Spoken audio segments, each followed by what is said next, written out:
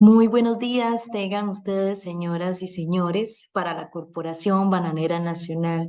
Es un gusto darles la más cordial bienvenida.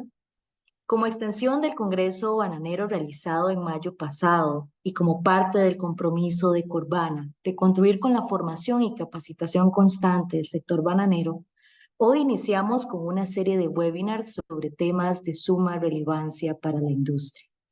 Pero antes de ahondar en ellos, quisiera el señor gerente general, don Jorge Sauma, compartir un breve mensaje.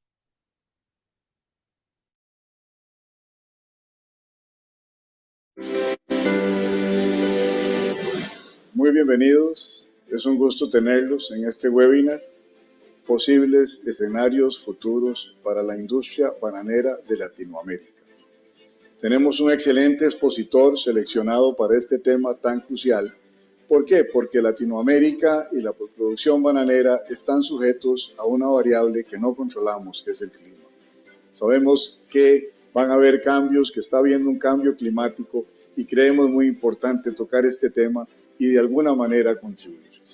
Esperamos que esto lo disfruten y realmente será un gusto contar con ustedes en este webinar y esperamos tenerlos en el próximo webinar que será a inicios del próximo año 2024, donde llevaremos algunos temas trascendentes para esta noble industria. Sean todos bienvenidos y muchas gracias.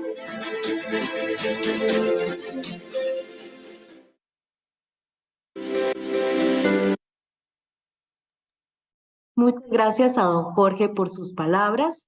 Les recordamos que las cámaras estarán desactivadas y los micrófonos silenciados.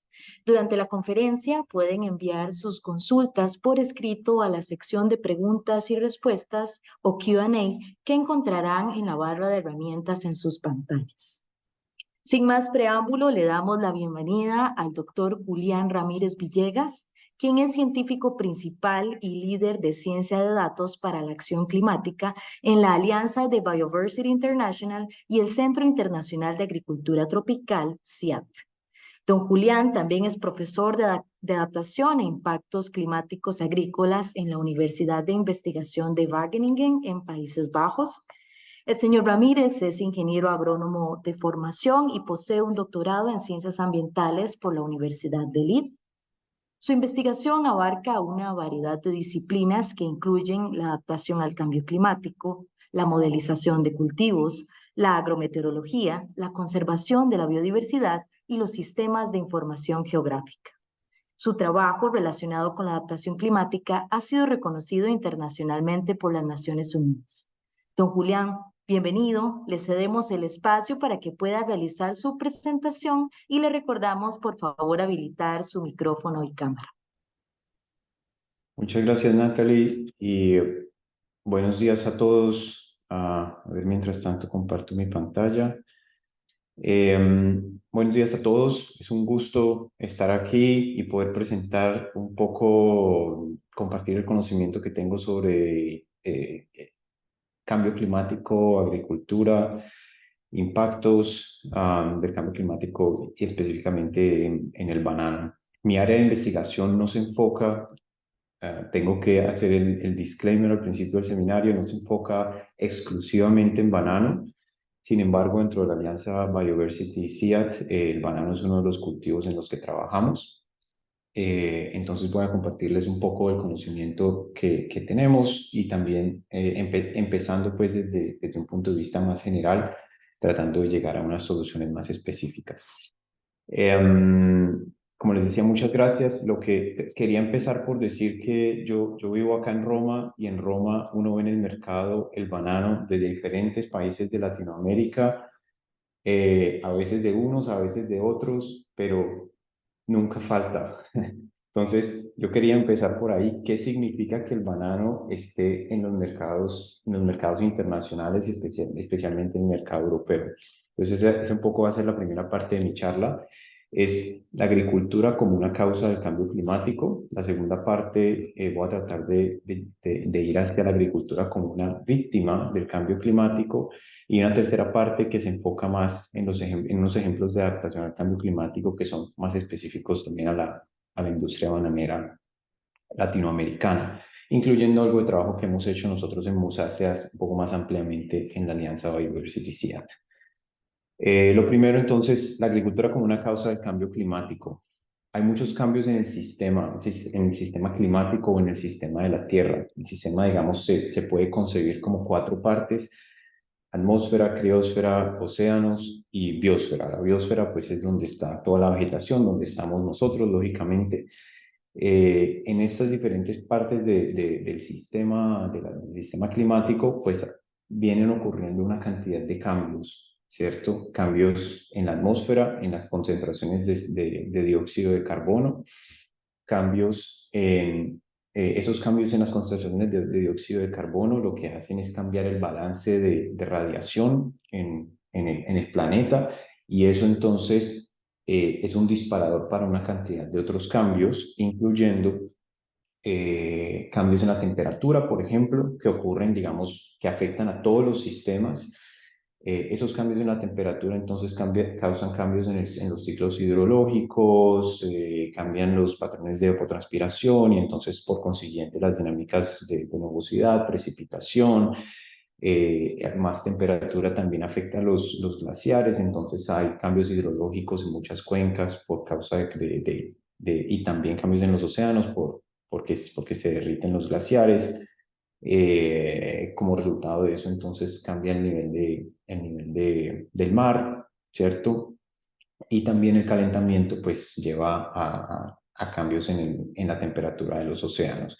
Entonces, hay una cantidad de cambios. Lo que pueden ver ahí como en los diferentes colores es un poco una línea de tiempo, ¿cierto? En diferentes colores para cada una de las variables, una línea de tiempo entre 1850 y el 2018 de la cantidad de cambios, ¿cierto? En el caso de la temperatura y la cantidad de calor en el océano, pues los cambios son como los más notorios, vamos a decirlo, y obviamente también pues los cambios atmosféricos en las concentraciones de CO2. ¿Por qué las concentraciones de CO2 son tan importantes? Las concentraciones de CO2 son el indicador principal que nosotros usamos para entender cómo los humanos impactamos el sistema climático. Entonces, aquí viene mi primer mensaje. La agricultura es una de las causas y todas las actividades que hacemos, incluyendo poner los granos en el mercado europeo, y ya voy a llegar allá, tienen impactos en las concentraciones de CO2, emiten CO2 y tienen impacto. Entonces, esta figura aquí lo que muestra es, por diferentes sectores de la economía global, muestra el impacto que tienen las emisiones en la temperatura. En el eje X se ve el cambio en la temperatura que se produce como respuesta en la izquierda después de 10 años de las emisiones y después de 100 años de las emisiones a la derecha, ¿cierto? Los colores, pues, son las diferentes fuentes de gases de efecto invernadero. En última nos referimos a dióxido de carbono equivalente, pero aquí lo que se puede ver, pues, como para empezar desde la izquierda, es que hay unos sectores que tienen un impacto más o menos, un impacto bastante grande, digamos, en el corto mediano plazo, o sea, después de 10 años. Entonces, la producción de combustibles fósiles principalmente, la combustión de esos combustibles fósiles y obviamente y también la agricultura. En el caso de la agricultura estamos hablando de uso y manufactura de fertilizantes, el arroz de riego, la ganadería, el manejo de tierras, quema de biomasa, manejo de residuos. Pero hay un cambio dramático cuando hablamos de después de 100 años, porque después de 100 años lo que pasa es que muchos de esos gases de efecto invernadero, en el caso de la agricultura, pues están relacionados con el metano, que es un gas que vive menos tiempo que el dióxido de carbono en la atmósfera. Entonces, después de 100 años, el efecto de la agricultura en la temperatura, en el cambio de temperatura, pues es realmente menor, como se puede ver aquí a la derecha. Eso no es para decir que, ok, no tenemos que preocuparnos dentro de 100 años, no. Lo que pasa es que seguimos emitiendo año tras año y esas concentraciones siguen aumentando. Lo que este diagrama trata de hacernos ver un poco es qué tanto dura un efecto, pero mientras sigamos emitiendo, el efecto va a seguir empeorando, lógicamente. Entonces, ¿qué pasa cuando miramos la agricultura específicamente? Eso es un estudio reciente que trató de cuantificar las emisiones alimentos cuyas fuentes son de origen animal o alimentos que tienen origen vegetal, ¿cierto? Entonces, lo que se puede ver acá es en azul, es el origen vegetal, y los otros los colores anaranjados son el origen animal. Yo lo que quiero que nos concentremos un poco es en el tamaño total de las barras primero. Entonces aquí la segunda barrita es Latinoamérica, que lo llaman SA, Suramérica por algún motivo, pero es toda Latinoamérica, es esta regioncita verde acá. El eje Y es las emisiones totales en dióxido de carbono equivalente. Lo que se puede ver es Latinoamérica tiene un peso grande. Gran parte de eso viene del sector ganadería, pero eso no significa que el sector agrícola sea de ninguna manera ignorable, digamos, o sea mínimo, ¿no? Por ejemplo, las emisiones solamente por el sector agrícola en Latinoamérica son unas 3 o 4 veces las emisiones de Europa, o las emisiones de Oceanía, o 5 veces las emisiones de Oceanía. Entonces es bastante significativo realmente, y eso es importante entenderlo. ¿Por qué? Y sobre todo para la industria bananera. Ya voy a llegar al por qué.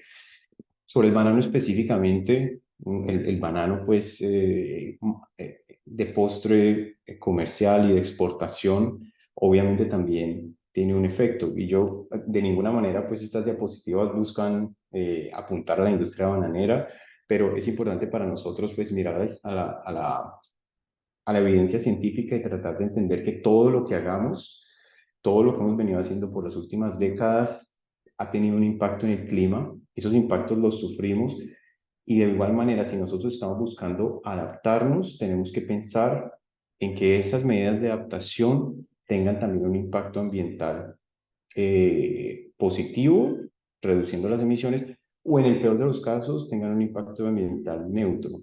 Entonces, acá este diagrama lo que muestra, o este mapa lo que muestra es en colores la cantidad de producción de banano en diferentes países del mundo. En el caso pues, de los países europeos, lo que ven unos colores intensos. Eso no es porque se produzca ahí, sino porque, por ejemplo, en el caso de España se produce en Canarias, o en el caso de Francia, pues se produce en las islas que están asociadas a Francia en otras partes del mundo, incluyendo el Caribe, eh, en las Américas. Entonces, ¿qué es lo que pasa? Cuando aquí he tomado 2 ejemplos pues, de un par de estudios que han cuantificado la huella de carbono de poner un banano o un kilo de banano pues, que se produce en Latinoamérica, ponerlo en Europa. Y la estimación básicamente es por cada kilogramo de banano que se pone, que se consume, hay entre 2.7, 2.0, entre 2 y 3 kilogramos de dióxido de carbono equivalente que se emiten si ese banano se produce en Costa Rica, y un poquito menos de la mitad de esos valores, o alrededor de la mitad de esos valores si se produce en Ecuador. Obviamente los diferentes estudios estiman de diferentes maneras, entonces también puede haber discrepancias en métodos. El punto es, tiene un impacto ambiental poner un banano allá y producirlo. Gran parte de las emisiones vienen del transporte, ¿cierto? Pero también hay una parte que viene de la producción. En segundo orden, después del tema de transporte, sobre todo intercontinental, es el tema de producción en finca, ¿ok? Entonces, como para ponerlo en contexto, aquí los valores de la diapositiva anterior los estoy tratando acá de poner en contexto con respecto a muchos otros productos agropecuarios a los que se les ha estimado también como la intensidad de emisión, se llama eso, que es la cantidad de kilogramos de dióxido de carbono equivalente por kilogramo de producto. Y digamos, teniendo en cuenta obviamente que pueden haber diferencias metodológicas y tal, pues el banano de exportación está en la parte de arriba de este gráfico, ¿cierto? Entonces, comparado con otros productos de la canasta agropecuaria, tiene un impacto significativo. Entonces es importante para nosotros pensar ampliamente, no solo en adaptación y riesgo, sino también en mitigación. Entonces, ¿qué es lo que pasa? Cuando uno tiene ese número se ve pequeño, 2.07, 1.04, pero tratemos de poner ese número un poco más en contexto. En el 2022, Costa Rica, por ejemplo, exportó 2.1 millones de toneladas de banano en ese año, en 2022. a un promedio de 2,4 kilogramos de CO2 equivalente por kilogramo de producto. Eso es el equivalente en emisiones de más o menos 1,1 millones de vehículos automotores de combustión interna. O, para ponerlo a un lado un poco más positivo, 201 millones de árboles, o el equivalente pues en lo que captura en carbono en 201 millones de árboles. Entonces, eso es lo que le cuesta al planeta la industria, en este caso, pues las exportaciones de Costa Rica. Y obviamente, pues lo traje el ejemplo de Costa Rica porque muchos de ustedes sé que tienen el interés en Costa Rica. Lógicamente, se puede hacer el mismo cálculo para cualquier otro de los países de Latinoamérica que son bastantes exportadores, ¿sí? En el caso de Ecuador, que es el primer exportador, Costa Rica creo que es el tercero o el cuarto en el 2022. Y bueno, esos 201 árboles, como digamos todos nos gusta el fútbol, es más o menos, es un poquito menos de 1 millón de canchas de fútbol si pudiéramos sembrar 300 árboles en cada una. Para dar un contexto, en todo el mundo el fútbol se juega más o menos en 6.000 canchas solamente. Entonces, realmente que estamos hablando de números grandes, lo que significa, y la razón principal por la que traigo esto, es porque en todos los escenarios que nosotros tenemos, que están aquí presentados, ya voy a explicar este gráfico, es fundamental que pensemos en dos aspectos. El primero es cómo responder a esos cambios y a los riesgos que esos cambios implican. Pero el segundo, e igualmente importante, es que lo que hagamos para responder a esos cambios no empeore la cantidad de cambio, no genere más emisiones y tenga un impacto ambiental positivo, ¿cierto? En este gráfico lo que se muestra es al nivel global el calentamiento, el cambio en la temperatura en el eje Y. Los diferentes colores lo que muestran son diferentes escenarios. Los escenarios, los colorcitos rojos, pues son escenarios como más pesimistas, digámoslo así. Y los colores más azules muestran escenarios un poco más optimistas en cuanto a mitigación. Entonces, cuando nosotros estamos implementando, y el eje Y aquí pues muestra el tiempo, ¿no? Entre el año 2000 y el 2100. Ahorita estamos por acá en el 2020. La mayor parte de la ciencia en cambio climático que existe sugiere que estamos siguiendo las trayectorias rojas. No exactamente la de la mitad, pero en algún punto, pues, como de las franjas rojas, muy cercano, bastante cercano como a la mitad a esa línea, pues, gruesa roja. Entonces, lo importante acá es que de pronto en el corto plazo las diferencias no son tan grandes, pero cuando miramos al final del siglo, continuar en las trayectorias socioeconómicas actuales puede generar diferencias abismales en cuanto al incremento en la temperatura, ¿cierto? Entonces estamos hablando de que a nivel global el incremento en temperatura en 2100 para un escenario en donde nos esforzamos mucho para mitigar, como estos azules acá abajo, puede estar la temperatura alrededor de 1,5 grados arriba de la histórica, del nivel preindustrial, se dice. Y en el peor caso, cuando no hagamos nada, pues podemos llegar como hasta por acá bien arriba, hasta más de 6 grados de calentamiento. Entonces, ni siquiera nos alcanzamos, yo creo que a imaginar qué puede significar esos escenarios, pero pues es importante enfatizar, primero, que estamos hablando de escenarios, por eso la charla acá se llama escenarios, y segundo, que bajo cualquier escenario hay impactos a los que tenemos que responder y hay también oportunidades para poder mitigar los gases de efecto invernadero, las emisiones de gases de efecto invernadero. Entonces, la primera conclusión que quería traerles es: las acciones de adaptación deben estar inextricablemente unidas a los impactos ambientales en términos de emisiones de gases de efecto invernadero. En la parte 2 yo quiero enfocarme un poco en la agricultura más como una víctima. Entonces, acá no se trata claramente que la agricultura no es ni siquiera el principal contribuyente a las emisiones globales, ¿cierto? El tema de quema de combustibles fósiles, pues es de lejos más grande la contribución de agricultura, incluso si si se le mete el tema de cambio de uso de tierra, no llega como máximo al 30%, ¿cierto? Que igual es significativo, pero no es la mayoría, ¿cierto? No significa que no tenemos que hacer nada, pero digamos que es muy importante también para nosotros entender la agricultura como uno de los sectores más afectados por el cambio climático y uno de los sectores en donde, como está tan expuesta la agricultura a las bondades o a las no tan bondades del clima, entonces necesitamos entender cuáles pueden ser esos cambios para poder responder. ¿De qué dependen los impactos del cambio climático?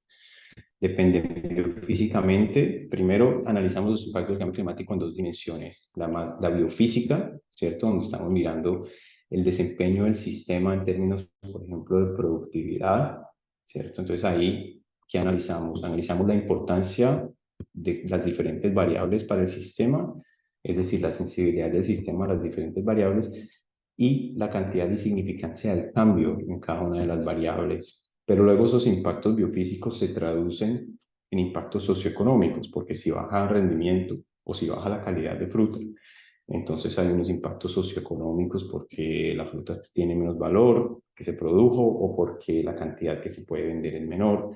Obviamente hay una cantidad de dinámicas también con dinámicas de precios y demás, pero no voy a entrar allá. El punto es, los impactos biofísicos tienen una injerencia directa en el impacto socioeconómico, en la parte socioeconómica.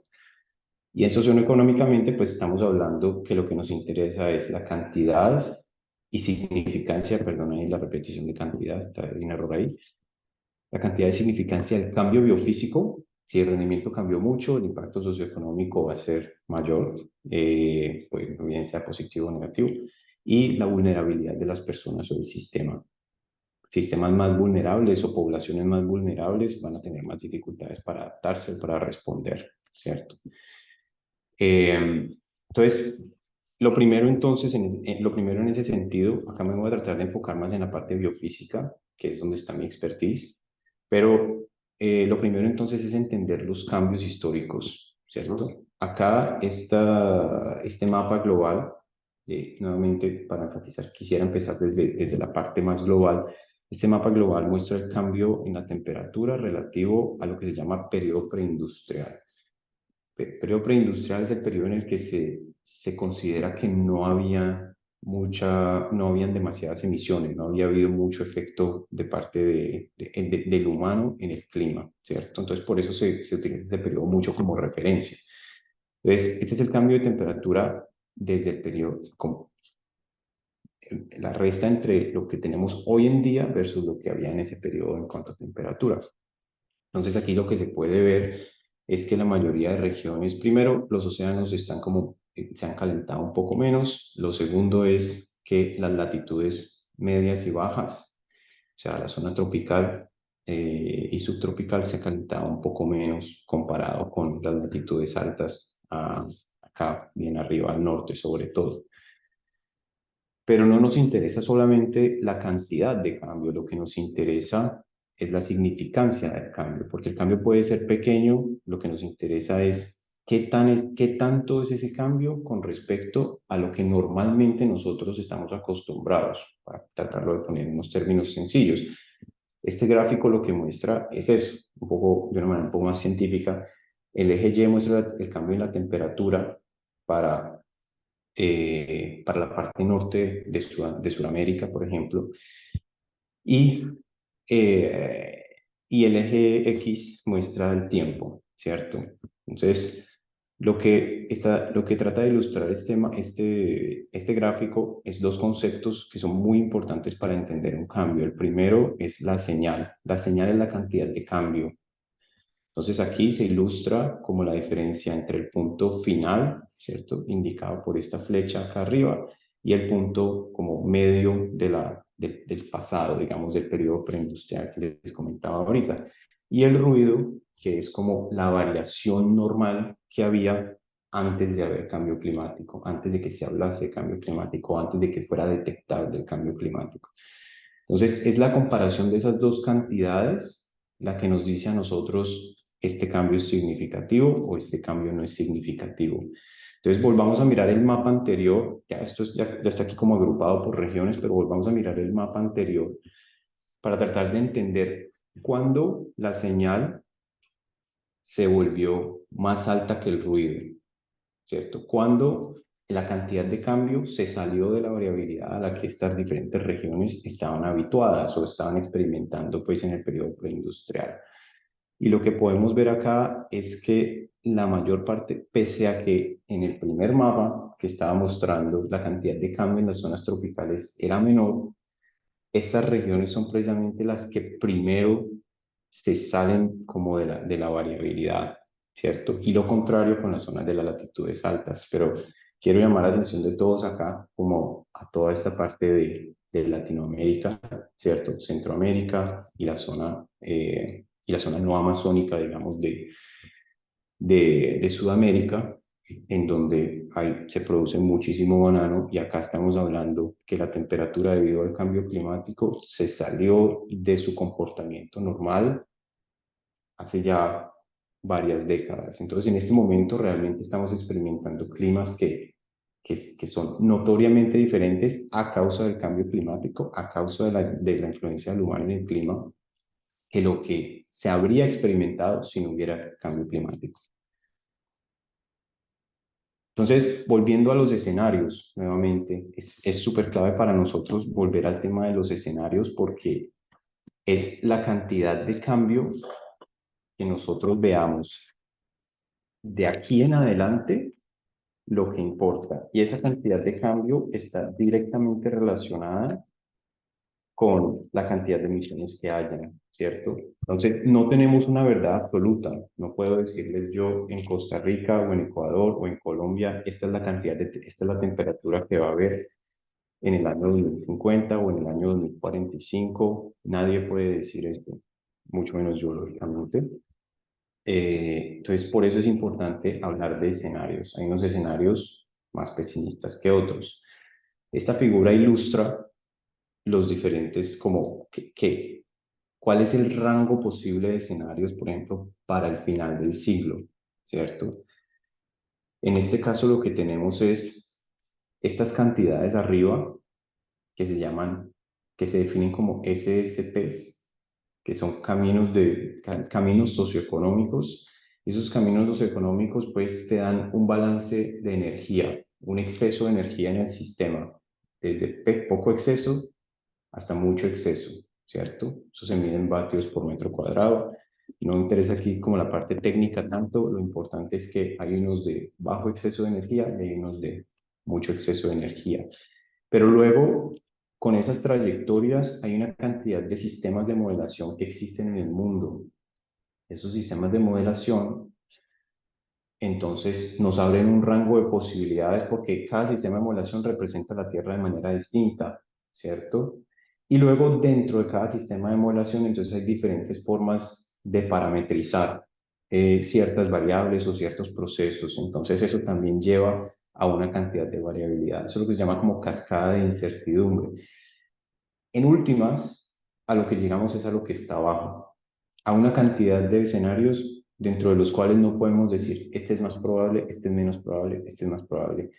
Lo que nos interesa acá es entender qué pasaría en cada uno de estos escenarios, en unos escenarios de mucha mitigación, en donde de pronto en donde el calentamiento sería muchísimo menor, en unos escenarios de poca mitigación, en donde el calentamiento sería un poco mayor.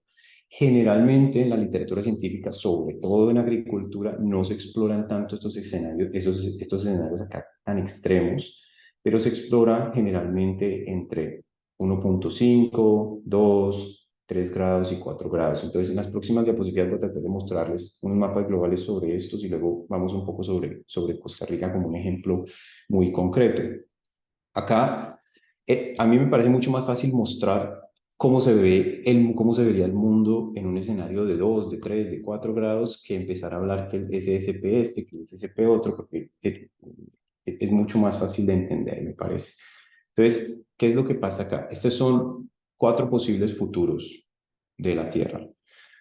1.5 grados, 2 grados, 3 grados y 4 grados, ¿cierto? Entonces ahí la diferencia no tengo que explicársela, es dramática, sobre todo si yo escondiera estos dos mapas, la diferencia entre como un futuro con poco calentamiento es súper sustancial comparado con un futuro de bastante calentamiento de 4 grados, ¿cierto? Entonces estamos hablando que regionalmente las temperaturas obviamente varían, pero regionalmente, por ejemplo, estamos entre 4 y 5 grados para gran parte de Latinoamérica, ¿cierto? Y en el Amazonas, obviamente no hay, no hay mucho banano de exportación que exista ahí, pero igual hay muchas comunidades que sí cultivan bananos o plátano. eh, y ahí estamos hablando de más de 5 grados en una de estas regiones, ¿cierto? En general, las masas de tierra están arriba de los 4 grados y en los océanos son los como que ayudan a bajar el promedio. Entonces estamos hablando de unas diferencias bastante dramáticas. Lo mismo para la precipitación, que es lo que pasa con Latinoamérica. En general, estos escenarios nos están diciendo habría menos precipitación, ¿cierto? Pero qué tanta reducción depende mucho de la cantidad de calentamiento, ¿cierto? Entre más calentamiento, más reducciones. Entonces, nuevamente, tomemos los dos ejemplos extremos. Un ejemplo en donde los cambios de pronto no son tan significativos, menos que el 10% de reducciones en gran parte de Latinoamérica, sobre todo en las regiones que son como más relevantes a la producción bananera, pero cuando miramos acá, ya estamos hablando de 20, 30 o en algunos casos un poco más, ¿cierto? Digamos, si miramos a Colombia en en la zona de Santa Marta, donde se produce mucho banano, entonces estamos hablando de unos cambios un poco más grandes, ¿no?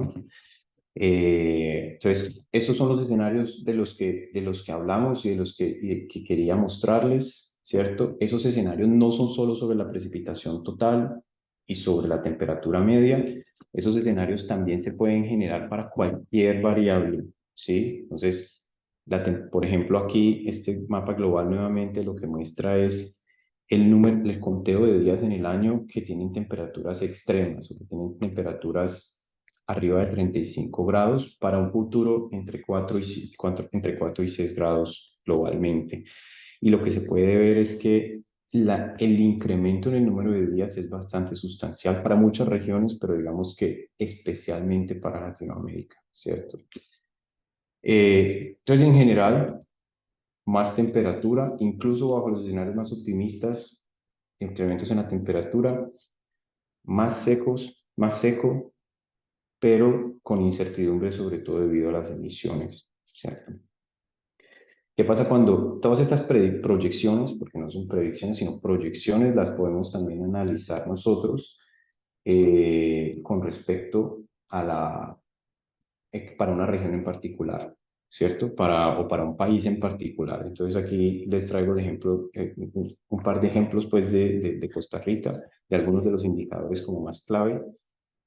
Eh, y en la izquierda se ve la temperatura, ¿cierto? La tendencia es muy similar a lo que veíamos globalmente, diferencias grandes entre los escenarios, pero digamos, y aquí no se muestra el cambio tanto, sino que se muestra la temperatura en el nivel promedio de todo el país, lógicamente mezclando también entre las zonas bajas y las zonas montañosas. Entonces, obviamente las zonas montañosas tienen temperaturas un poco más bajas y las zonas bajas tienen a temperaturas un poco más altas, lógicamente, ¿no?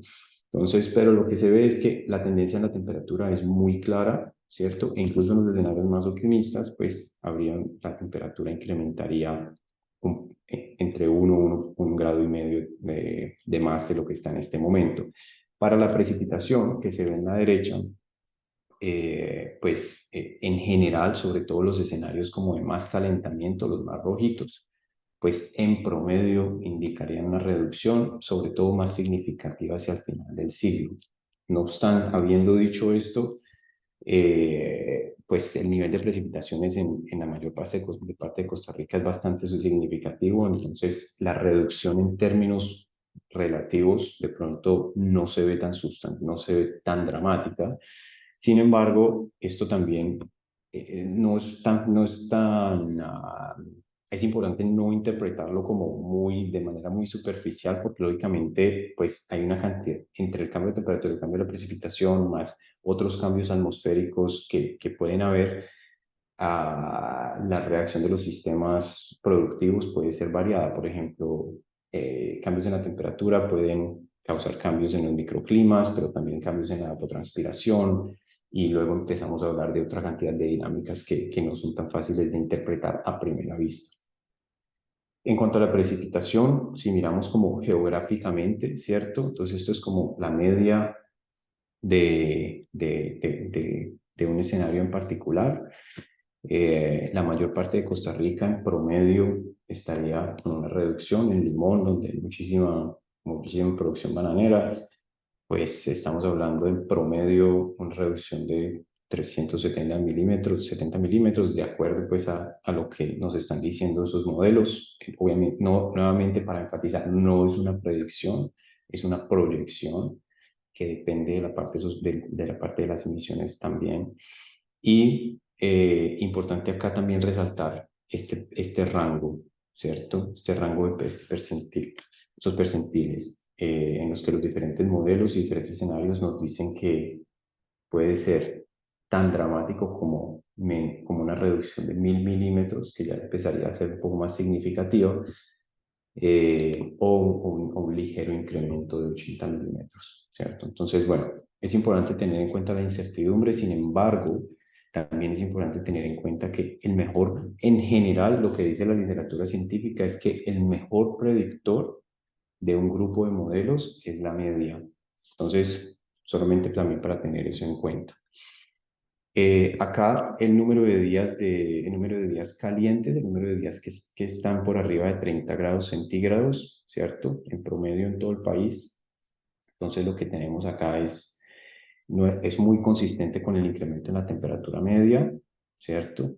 Y en todos los casos hay un incremento, pero sobre todo en los casos en donde las emisiones continúan como sin demasiados esfuerzos de mitigación.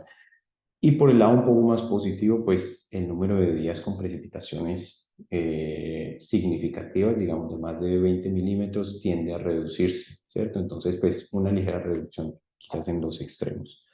Entonces, en Costa Rica caliente, igual que en todo el mundo, ligeramente más seco comparado con la situación actual, sobre todo escenarios de poca mitigación es donde se observa eso y menos extremos de precipitación. Esto como un resumen general.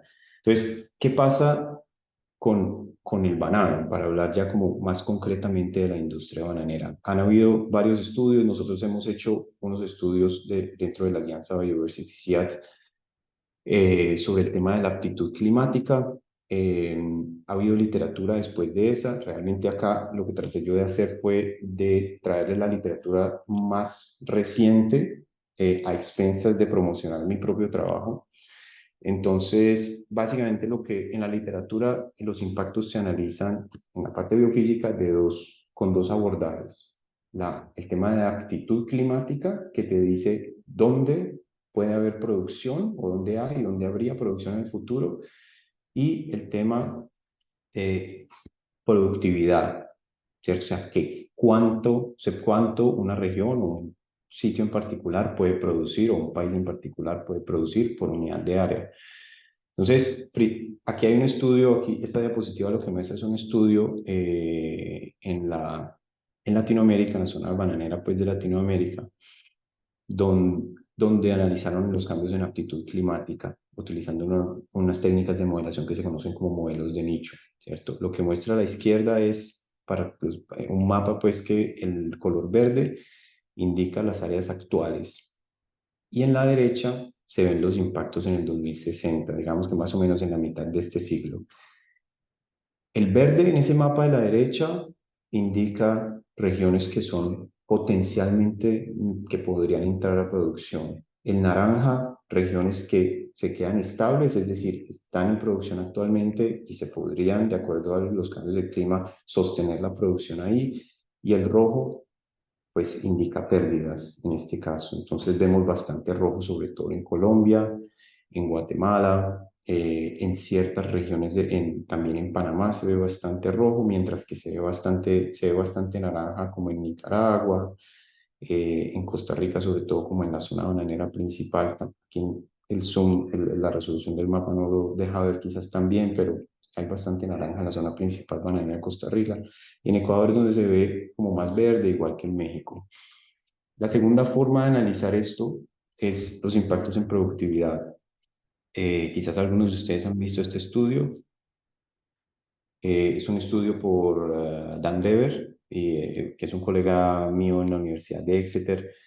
Y en ese estudio, básicamente, lo que trataron de cuantificar es impacto en la productividad.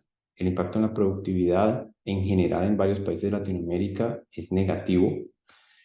Y, digamos, notablemente, Costa Rica y Colombia tienen impactos negativos y Ecuador impactos positivos. Cuando nosotros resumimos esos impactos, lo que nosotros vemos es que por un lado la aptitud, por el otro lado el rendimiento, unos países como que están en ventaja en ambas cosas, que está aquí Ecuador, digamos otros como México y Honduras que están en ventaja o adaptables, y otros que están como un poco más en riesgo, ¿cierto? Sobre todo Panamá, Colombia, que está entre rendimiento y aptitud, ambos en riesgo, y unos como que están ahí en esa transición también con bastantes impactos, bastantes desafíos en cuanto al cambio de clima, que es Nicaragua, Costa Rica, Guatemala, y luego Belice queda ahí como en la mitad entre adaptable y adaptable. Entonces, eso es un poco un resumen de lo que sabemos hoy en día en Latinoamérica. Estos serían los impactos importantes. Entonces, las proyecciones indican que Ecuador estaría en ventaja. Ya sé que se me está acabando el tiempo, o ya se me acabó el tiempo. Todavía faltan varias diapositivas. Voy a tratar de acelerar un poco, saltarme un par de cosas y cerrar para pasar a la ronda de preguntas que pienso que es muy importante. Las proyecciones indican que Ecuador estaría en ventaja, mientras que Colombia y Panamá tendrían los mayores desafíos. También con desafíos, pero en menor grado, pues Nicaragua, Costa Rica y Guatemala. Finalmente, algunos ejemplos yo quiero, como para que pasemos al tema de preguntas y respuestas, solamente enfatizar esto. Traía unos ejemplos pues también de posibles soluciones, pero quería sobre todo enfatizar esta diapositiva. Para la industria bananera o para cualquier pues, rubro productivo, pero especialmente para la industria bananera, es importante amplificar el enfoque de productividad a un enfoque que cubra mitigación, adaptación e impacto ecológico. Entonces, ustedes aquí en este diagrama lo que ven es en la izquierda diferentes grupos de opciones de manejo en el nivel de finca. Y a la derecha en verde lo que se ve es posibles resultados. El enfoque tiene que ser en múltiples prácticas que apunten a múltiples resultados y amplificar la visión como netamente agronómica y de incrementos en rendimientos, ¿cierto? Reconociendo que no hay solución perfecta.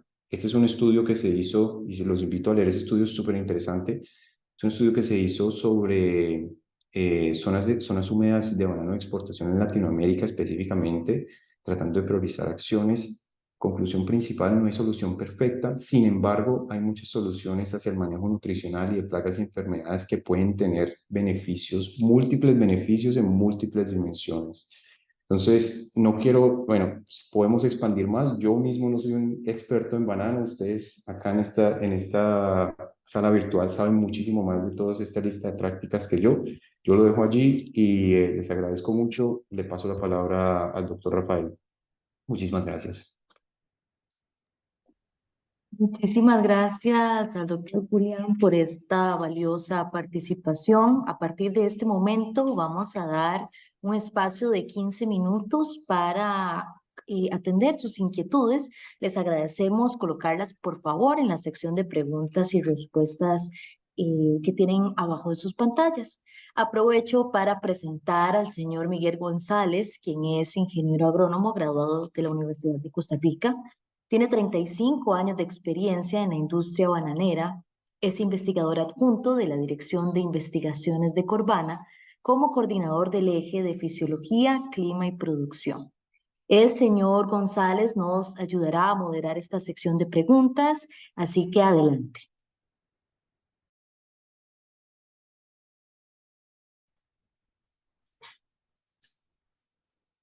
Bueno, muchas gracias, Julián. Muy interesante su presentación y muy detallada sobre el cambio climático. Vamos a ver, entonces entramos a esta parte de preguntas. A ver,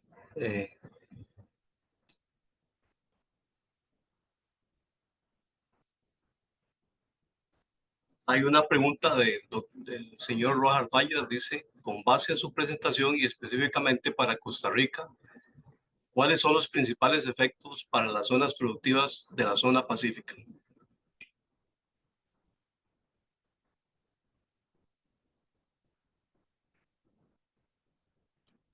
Ok, bueno, muchas gracias a Roger por la pregunta. En general, digamos, lo que vemos es reducciones, una ligera contracción en el área apta y al mismo tiempo una reducción en el rendimiento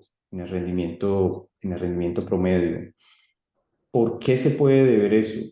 ¿A qué se puede deber eso? Digamos, hay varias razones. Primero, los incrementos en promedios de temperatura lo que pueden hacer es llevar a ciclos más cortos, racimos ligeramente más pequeños, pero también pueden hacer que los ciclos de plagas y enfermedades sean más cortos y entonces causen más afección en el cultivo, ¿cierto? También hay un tema de variabilidad, ¿cierto? Ahí veíamos como en la presentación los extremos diurnos, ¿cierto? Los extremos de temperatura, perdón. Entonces las olas de calor pueden llevar a racimos mal formados o pérdidas de tallos o atrasos en ciclos de floración.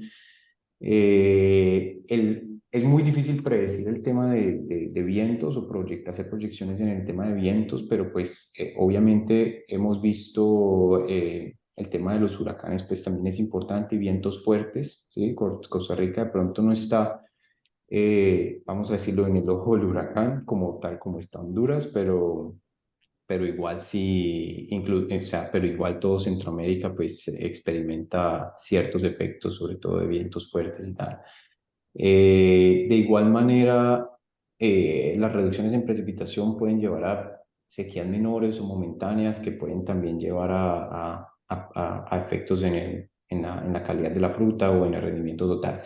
Y por otro lado, digamos, incremento en la temperatura lo que puede llevar es también a un poco más de evaporación y transpiración y eso también puede favorecer el desarrollo de plagas y enfermedades. Por ejemplo, Sigatoka es una de ellas, es una de las enfermedades que pues claramente se utiliza bastante, se controla bastante, pero, pero de todos modos se puede,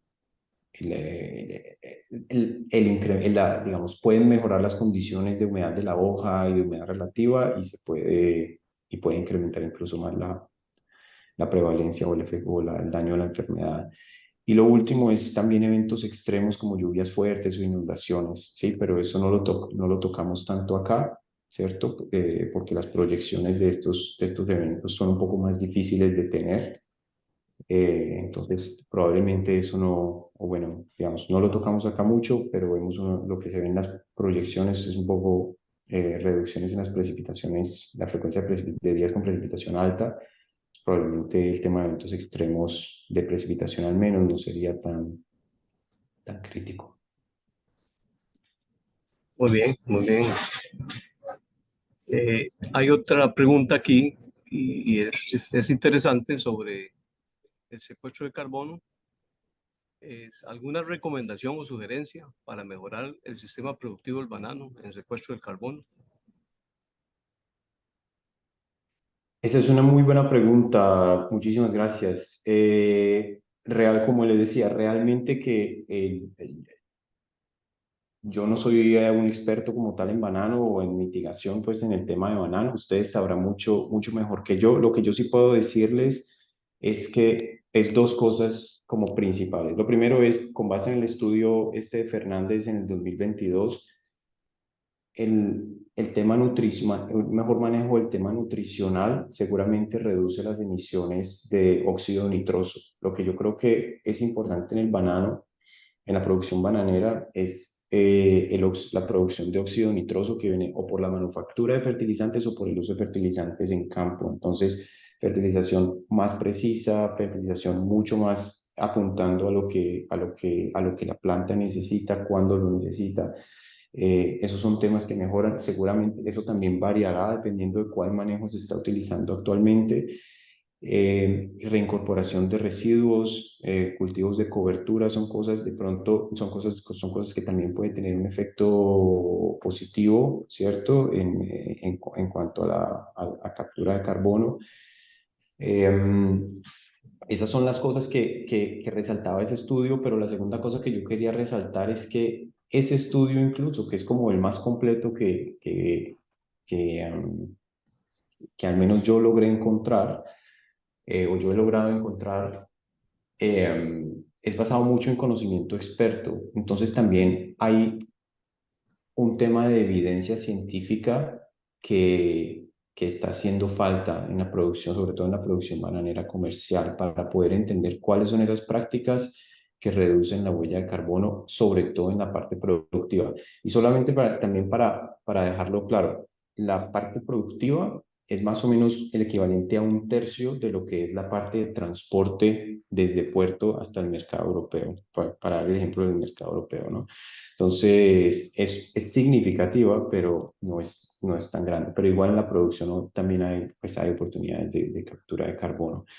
Un tema importante con la producción comercial es que pues, no hay el mismo nivel de flexibilidad que hay en los sistemas de subsistencia, ¿no? En el sistema de subsistencia se puede hacer cultivo intercalado, se pueden buscar otras estrategias que ayuden a captura de carbono, ¿cierto? Siembra de otros, de árboles que ayuden a capturar carbono. Hay un tema varietal bueno, que nuevamente en algunos cultivos, sobre todo cultivos anuales, se está explorando bastante, que es cuáles características genéticas mejoran la captura de carbono por parte de una variedad específica, pero lógicamente en el banano de exportación, pues eso también presenta una flexibilidad limitada, por lo que el banano de postre, pues el consumidor está muy definido en cuanto a qué es el banano de postre y qué es la calidad aceptable. Entonces, sí, eso es lo que puedo reflexionar sobre el tema. Muy bien, gracias. Tenemos otra consulta.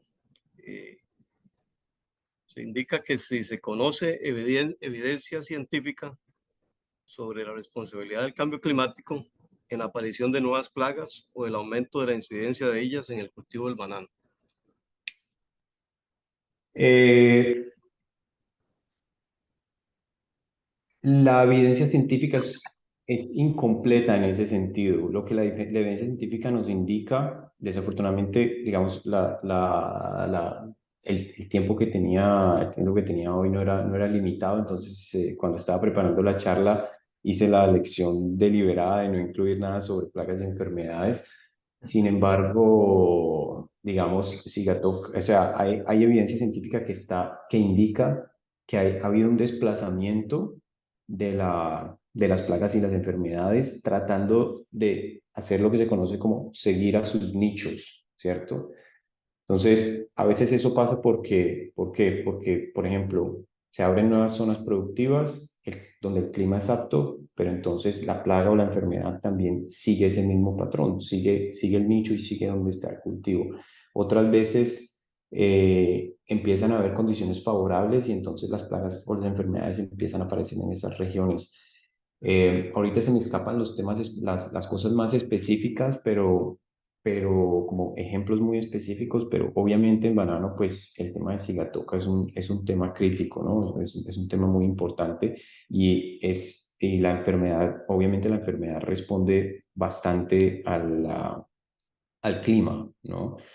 Lo que hemos visto nosotros es que un efecto diferenciador es como o un efecto que rompe el ciclo, pues son los periodos secos, ¿cierto? Hay algunos estudios, varía pues dependiendo del estudio que se ha estimado, Hubo un estudio reciente por colegas de nosotros o colegas míos dentro de la alianza, que lo que encontró fue que sitios que tenían en promedio más de 13 días consecutivos secos durante el ciclo productivo o durante el año, generalmente tendían a tener mayor productividad, y eso en parte también porque se lograba romper el ciclo del hongo, ¿no? Entonces, si el clima está incrementando estos periodos secos, si el cambio de clima está incrementando estos periodos secos, pues es un poco mejor, como una buena noticia. Si está haciendo lo contrario, y seguramente en unos sitios está haciendo una cosa y en otros sitios otra, pues estaríamos esperando mayores impactos.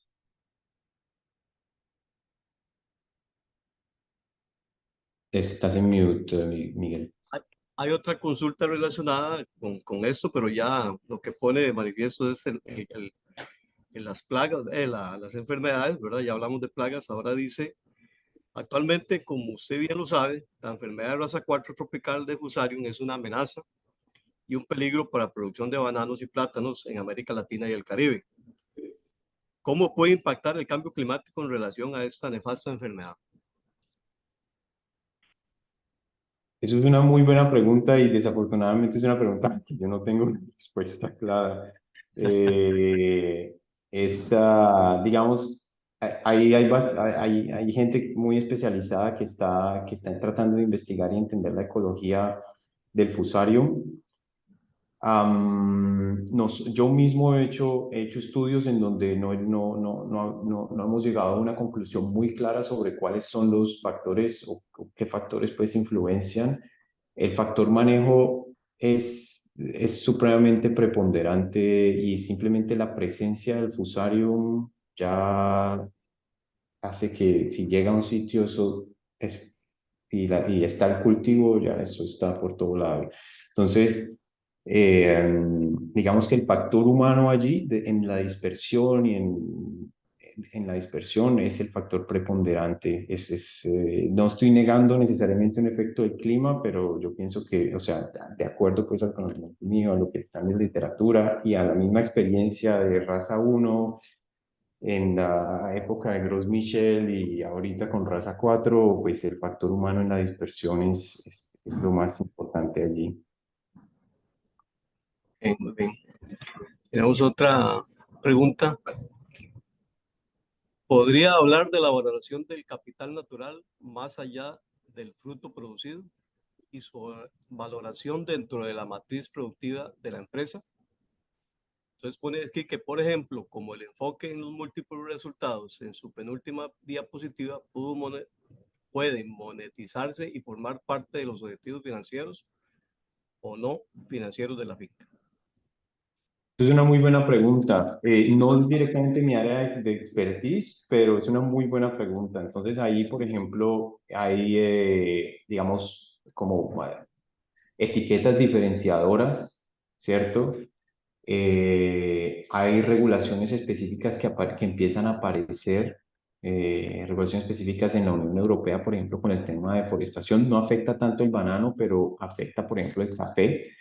Entonces, en donde si está la finca cerca de un área que ha sufrido deforestación en los últimos 5 años, pues no es aceptable para el mercado europeo, por ejemplo. Entonces, ahí en el tema de certificaciones específicas o como etiquetas específicas, o en el tema de poder cumplir una regulación que saque un mercado en particular, allá hay claramente que un valor. Yo no sé qué tanto se ha hecho en banano, pero en otros rubros se ha trabajado el tema de pago por servicios ecosistémicos, sobre todo en nivel de cuenca, ¿cierto? Más a nivel de sistema, no tanto a nivel de rubro, pero a nivel de sistema, ¿cierto? En donde si yo conservo los acuíferos y las fuentes de agua, entonces, y el esfuerzo que yo estoy haciendo para conservarlos, se me reconoce monetariamente por parte de aquellos que están teniendo beneficios adicionales debido a que yo hice esa conservación, ¿cierto? Entonces, se me ocurre a mí, yo no, nuevamente no sé qué tanto se ha hecho en contexto de producción comercial de banano, pero con el tema fungicidas, plaguicidas y demás, ¿cierto? Que a veces pueden tener efectos en salud humana. Entonces, la conservación, digamos que la reducción de las concentraciones o de las aplicaciones para poder mejorar la calidad del agua también puede ser claramente que un servicio ambiental que la industria bananera aporte, ¿no? Entonces, hay ejemplos y hay mecanismos. Lo que yo no sabría decir en este momento es qué tanto se están implementando o qué tanto se han implementado en la industria bananera. Lógicamente que la industria bananera pues tiene sellos específicos, ¿no? Banano orgánico y tal. Entonces, eh, en ese sentido, pues hay estas experiencias, pero yo creo que es muy importante la pregunta es muy importante y al pensar en un enfoque eh, más amplio, pues desde el punto de vista de adaptación, conservación del ambiente y demás, es muy importante verlo desde el punto de vista de negocios también. Muy bien. Tenemos otra aquí desde el punto de vista fisiológico. El uso de protectores solares y bioestimulantes para mantener tasas fotosintéticas mejoradas puede ser una estrategia ante la radiación, temperatura y déficit hídrico. Difícil para mí. Ya es una pregunta con demasiada profundidad técnica en banano. Tocaría ver la evidencia de las prácticas y qué tan escalables son. Normalmente ese tipo de productos eh, hay que evaluarlos y hay que ver si pues, el beneficio económico que brindan y el impacto ambiental que brindan, que tienen, pues sí es como en neto positivo, básicamente, ¿no? Los números específicos acá sí los desconozco, entonces no me arriesgo ahí con eso. Muy bien, muy bien. Bueno, tenemos varias preguntas. Vamos, en cuanto al desarrollo de hongos, en especial cigatoca negra en banano, ¿qué podría predecir en el comportamiento de esta enfermedad en los próximos 5 o 10 años si se consideran estos incrementos de temperatura y posiblemente humedad relativa? Ok, es difícil de responder esa pregunta como de manera muy general, muy general. Hay sitios en donde el crecimiento y desarrollo del hongo se ve favorecido. Hay sitios en donde se ve menos favorecido, ¿cierto?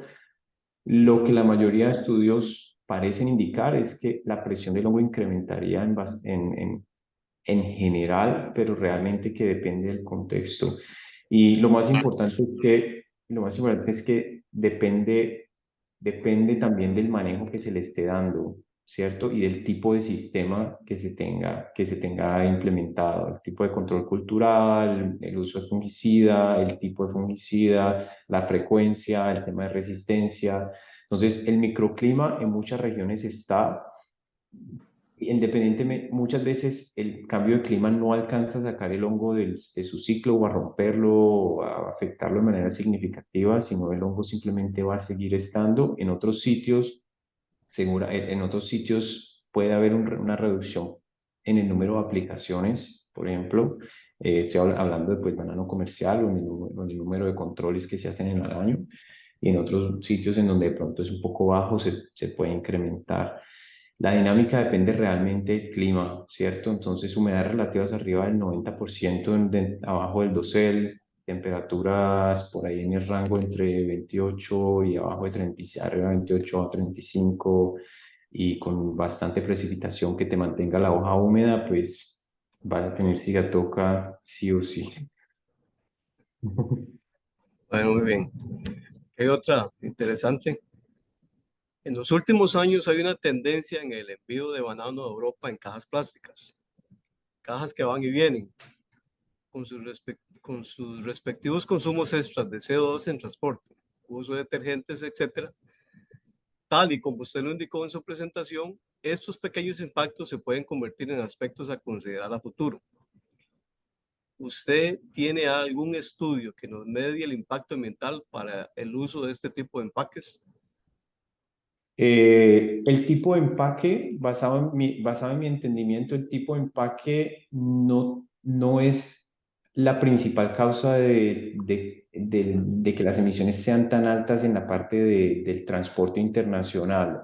El mayor cuello de botella ahí o el mayor desafío es que la caja regresa vacía, básicamente. Entonces, ahí la mitad del transporte está, la mitad del transporte, básicamente la mitad de las emisiones del transporte está pasando solamente para transportar la caja.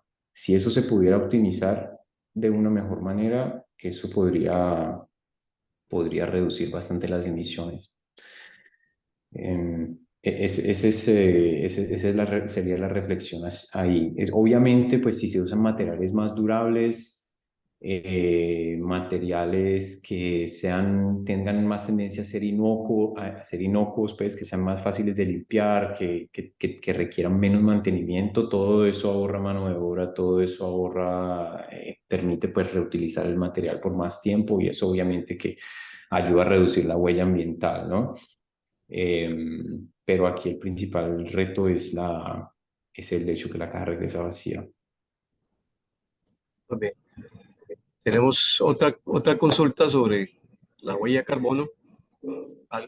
Algunas personas han pensado en quemar madera o cansa de arroz para el control de algunas enfermedades. ¿Esto es recomendable? ¿Cuánto afectaría hacer esto en cuanto al calentamiento global y huella de carbono? Muy buena pregunta. Yo le doy el ejemplo con Asia, en donde en India, por ejemplo, el residuo de arroz es muy difícil de manejar en campo, entonces ellos lo queman. Lo que pasa allí es entonces que las emisiones del sistema de arroz de riego vienen siendo principalmente de dos fuentes. La primera es el metano y la segunda es la quema de residuos.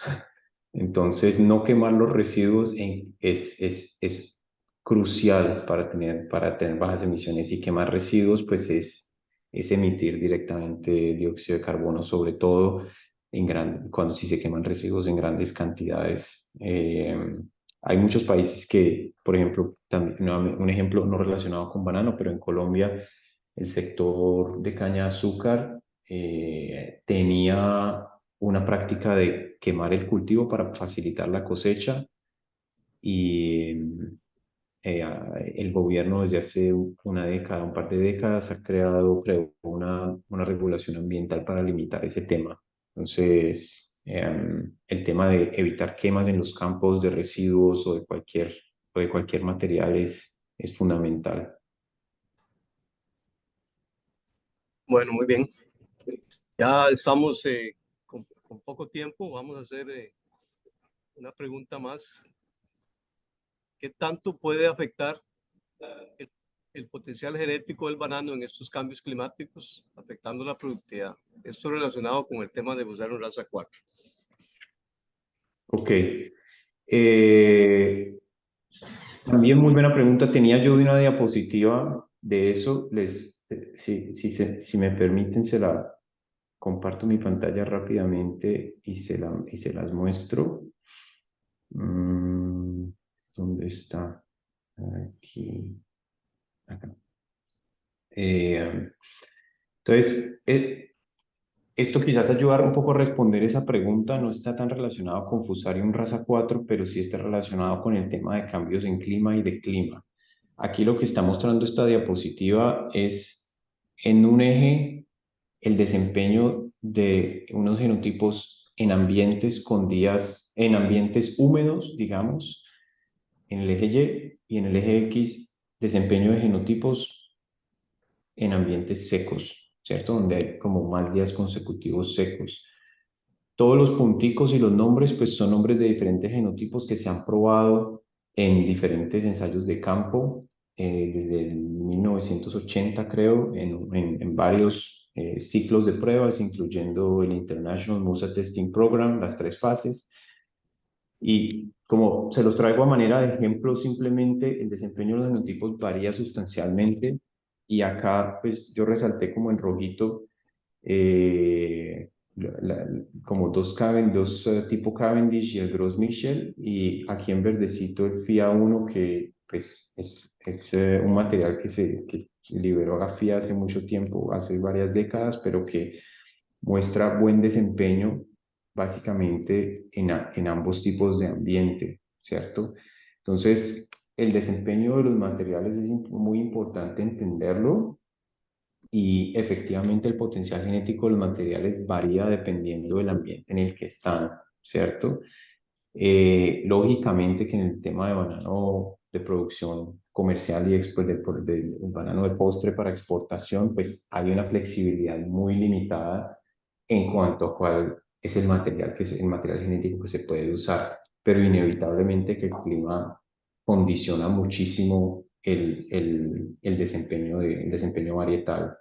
Entonces, o cualquier opción que permita amplificar la base genética, a pesar que no es fácil, pues va a ayudar a la producción bananera a estar mucho más adaptada al clima local, pero también al cambio en el clima que podría pasar en las diferentes regiones. Bueno, muy bien, como siempre, el tiempo nos gana, ¿verdad? Quedan algunas consultas ahí que trataremos de evacuar por otro medio y agradecemos todas las consultas. Le cedo la palabra a Natalie. Muchísimas gracias al doctor Ramírez y al señor González por estos importantes aportes para la industria bananera. De esta manera damos por finalizado nuestro webinar que esperamos que haya sido de sumo provecho para ustedes y les esperamos en nuestros próximos webinars para que por favor se mantengan atentos a nuestras redes sociales y comunicaciones. Que pasen un muy buen día.